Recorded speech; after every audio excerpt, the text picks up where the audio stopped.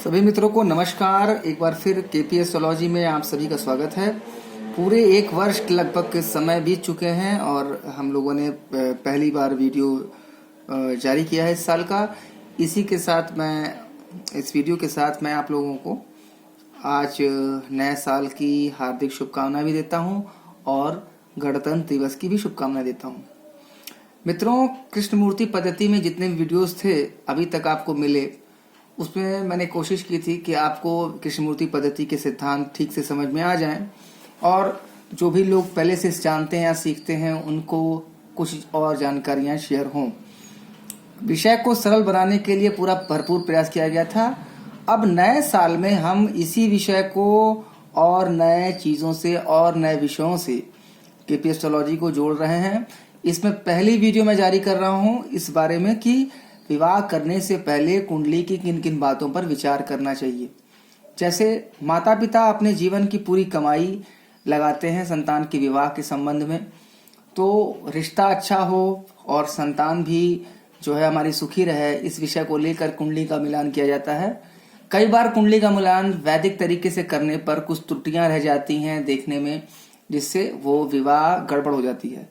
तो कृष्णमूर्ति पद्धति में कई रास्ते हैं जिससे हम चेक कर सकते हैं कि शादी के पहले कौन कौन से बिंदुओं पर विचार करना चाहिए, या शादी के पहले जो है हमें कुंडली देखने के लिए सबसे पहले पॉइंट्स कौन कौन से रखने चाहिए दिमाग में, जिससे हमारा मिलान सही हो और सही जगह रिश्ता।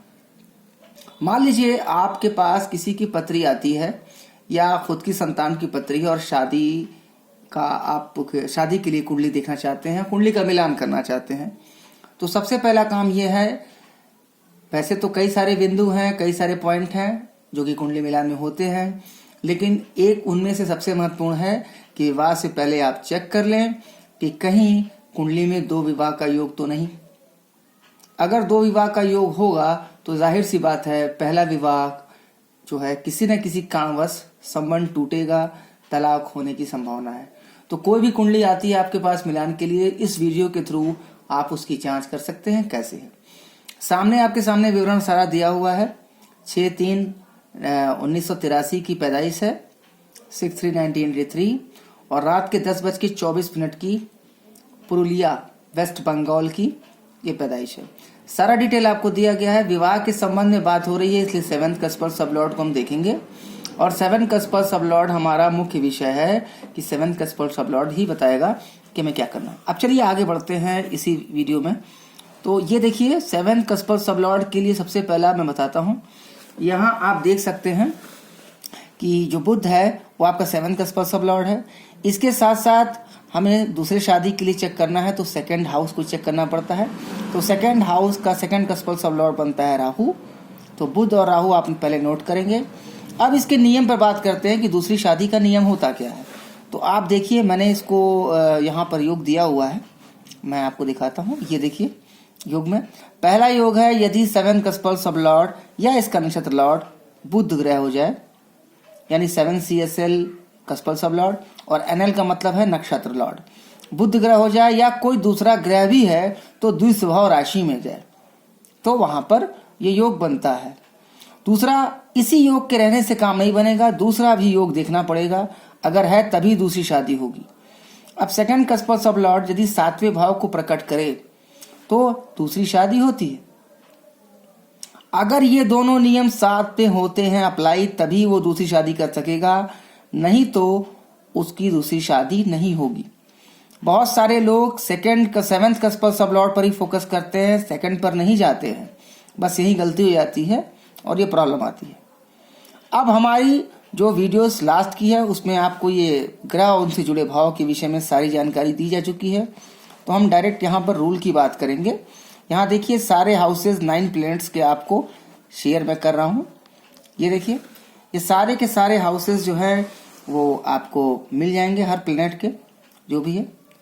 अब आपको क्या है कि आप 7th कस्पर सबलॉर्ड्स के जो भी प्लैनेट हैं, यानी 7th कस्पर सबलॉर्ड बुध है, उसका नक्षत्र लॉर्ड मंगल है, उसका सबलॉर्ड चंद्रमा है, और 2nd कस्पर सबलॉर्ड का प्लैनेट भी राहु, कस्पर सबलॉर्ड राहु है, नक्षत्र लॉर्ड राहु है और सबलॉर्ड भी राहु है, तीनों राहु है। तो इस दिए गए डिटेल से आपको नंबर पुट करने हैं, फिर चेक करना है। सबसे पहली शर्त जो थी 7th कस्पर सबलॉर्ड का CSL या NL, यानी कि कस्पर सबलॉर्ड उसका नक्षत्र लॉर्ड आपका बुध या कोई दूसरा प्लैनेट होता है तो द्विस्वभाव राशि में ना हो।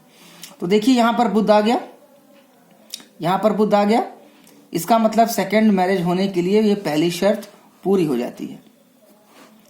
अब दूसरी शर्त है सेकंड कस्पर सबलॉर्ड 7वें भाव को प्रकट करे। तो सबसे पहले हम नंबर फिलअप कर लेते हैं, भर लेते हैं, उसके बाद बात करेंगे। बुध के देखिए 2, 4, 5, 7, 9, 11, 12, तो इसमें भर दीजिए। मंगल के भरिए, यहां से नंबर 2, 4, 5, 7, 12।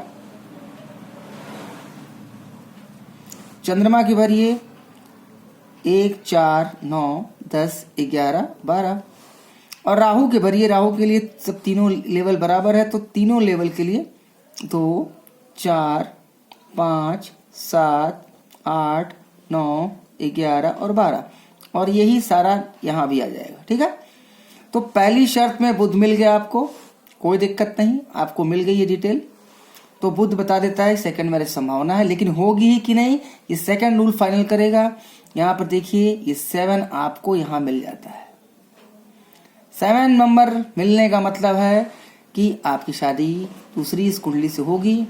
अगर ऐसी कुंडली आती है जिसमें 7th cusp sublord, 2nd cusp sublord KP के रूल के हिसाब से बताए, तो आप तुरंत बताइए कि यस, हाँ, दूसरी शादी होगी या दूसरा विवाह होगा। ठीक है, लेकिन अगर ये कुंडली आपकी अपनी संतान की कुंडली मिल जाती है तो इसके लिए उपाय है घट विवाह या पेड़ से विवाह। अलग अलग राज्यों में अलग अलग चीजों से, अलग अलग नामों से बुलाया जाता है। इस तरह का विवाह होने से भी ये दोष खत्म हो जाता है, समाप्त हो जाता है। ऐसा प्रयोग में मैंने देखा है। तो आप जब भी कोई भी कुंडली आती है मैचिंग के लिए, तो कई बिंदुओं में से ये जो महत्वपूर्ण बिंदु मैंने आज शेयर किया है, इसको जरूर अप्लाई करके देख लें। अगर सामने वाले लड़के की कुंडली में ये चीजें हैं तो आप मान के चलिए कि उसकी दूसरी शादी होनी तय है। तो इसका 2 ही तरीका है। पहली तरीका है कि घट विवाह करा दिया जाए, दूसरा तरीका है एक शादी, जब शादी हो जाती है उसके बाद दोबारा शादी की तरह दोबारा पूरी शादी फिर से दोबारा कराई जाए, तब ये दोष कंप्लीट होता है। यहां पर विवाह से रिलेटेड सुख के विषय में बात नहीं की गई है। इसमें कई सारे पॉइंट हैं, वैवाहिक सुख या तालमेल बैठना, या अगर निगेटिव हाउस आ गए हैं विवाह को बिगाड़ने वाले, उनको यूज करना, बहुत सारे विषय होते हैं। लेकिन उनमें से सबसे महत्वपूर्ण यह है कि दूसरी शादी ना हो। रीजन क्या है कि शादी अगर दूसरी नहीं होती है तो हम जानते हैं कि आसपास पड़ोस में या जानने वालों में ऐसा भी होता है कि शादी एक से होने के बाद तकलीफ रहती है, लड़ाई झगड़े भी हो जाते हैं, बट तलाक नहीं होती है। तो समाज में तलाक ना होना ही सबसे अच्छा माना जाता है, और बाकी जो विवादित स्थिति है उसको लोग उपाय के द्वारा, रेमेडीज के द्वारा दूर करने की कोशिश कर लेते हैं। तो मैं आप लोगों को समझता हूं कि ये वीडियो आपको बहुत लाभ देगा और बहुत हेल्पफुल होगा। अपने कमेंट जरूर लिखें, और केपी एस्ट्रोलॉजी को सरल तरीके से सीखने के लिए आप हमारे ऑनलाइन क्लासेस को ज्वाइन कर सकते हैं। और अगर आप पहले से सीख चुके हैं तो वीडियो देखकर, चैनल से जुड़कर आप अपने नॉलेज को बार बार रिवाइज कर सकते हैं। Thank you so much.